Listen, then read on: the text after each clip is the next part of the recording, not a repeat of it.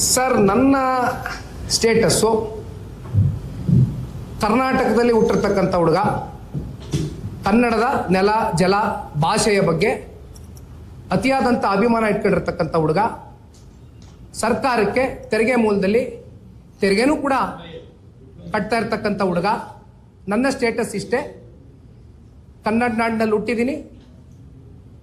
ಕನ್ನಡ ನಾಡಿನ ಜನತೆಯ ಪರವಾಗಿ ಅವ್ರದ್ದು ಯಾವುದೇ ಸಮಸ್ಯೆಗಳಿರಲಿ, ಸಂಕಷ್ಟಗಳಿರಲಿ, ಸರ್ಕಾರಗಳು ಮಾಡ್ತಕ್ಕಂಥ ಯಾವುದೇ ಹಗರಣಗಳಿರಲಿ, ತಪ್ಪುಗಳಿರಲಿ, ಇವೆಲ್ಲವೂ ಕೂಡ ಎತ್ತಿಡಿತಕ್ಕಂಥದ್ದಕ್ಕೆ ಒಬ್ಬ ಕನ್ನಡ ನಾಡಿನ ಸಾಮಾನ್ಯ ಪ್ರಜೆಯಾಗಿ ಬ್ರ್ಯಾಕೆಟಲ್ಲಿ ಕಾಮನ್ ಮ್ಯಾನ್ ಆಗಿ ಕೇಳಲಿಕ್ಕೆ ಬಯಸ್ತೇನೆ. ದಯವಿಟ್ಟು ಕಾಮನ್ ಮ್ಯಾನ್ಗೂ ಉತ್ತರ ಕೊಡಬೇಕಾಗ್ತದೆ. ಕಾಮನ್ ಮ್ಯಾನ್ಗೆ ಉತ್ತರ ಕೊಡಬೇಕಾಗಿರೋದು ನೀವು. ಕಾಮನ್ ಮ್ಯಾನು ನಿಮ್ಮನ್ನ CM, DCM 136 ಶಾಸಕರನ್ನ ಗೆಲ್ಲಿಸ್ತಕ್ಕಂಥದ್ದಕ್ಕೆ ಇದೇ ಕನ್ನಡ ನಾಡಿನ 7 ಕೋಟಿ ಕನ್ನಡಿಗರ ಒಂದು ಆಶೀರ್ವಾದ ಇತ್ತು. ಹಾಗಾಗಿ ನಾನು ಅವ್ರ ಪರವಾಗಿ ಒಬ್ಬ ಕಾಮನ್ ಮ್ಯಾನ್ ಆಗಿ ಕೇಳ್ತಾ ಇದ್ದೀನಿ. This is my status sir.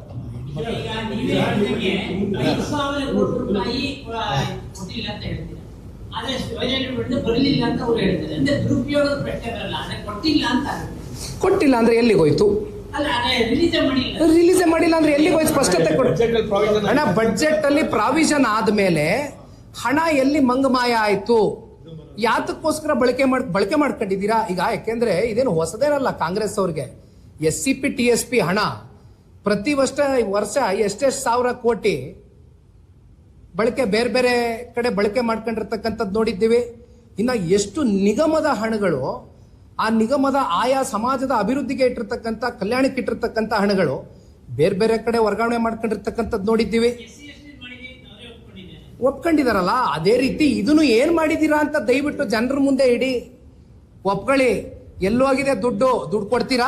Budget provision ಆದ್ಮೇಲೂ ಕೂಡ ಯಾಕೆ ದುಡ್ಡು ಕೊಟ್ಟಿಲ್ಲ? ದುಡ್ಡು ಎಲ್ಲಿಗೋಯ್ತು? ಮುಂದೇನಾದ್ರು ಕೊಡ್ತೀರಾ? ಇನ್ನೊಂದು 2 ತಿಂಗಳು ಬಿಟ್ಕೊಂಡು ಕೊಡ್ತೀರಾ? ಫೆಬ್ರವರಿ ಮಾರ್ಚ್ 2024-25 ಸಾಲ ದುಡ್ಡು ಎಲ್ಲೋಯ್ತು? ಇಷ್ಟೇ ಪಾಯಿಂಟ್. ಲೆಕ್ಕ ಕೊಡಿ ಸಿದ್ದರಾಮಯ್ಯ.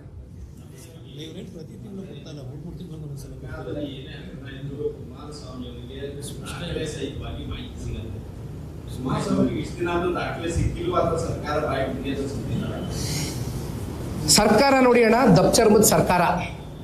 ಅವ್ರಿಗೆ ಒಂದು ಉದ್ದಟತನ ತಲೆಯಲ್ಲಿ ಏನು ಕುತ್ಕೊಬಿಟ್ಟಿದೆ.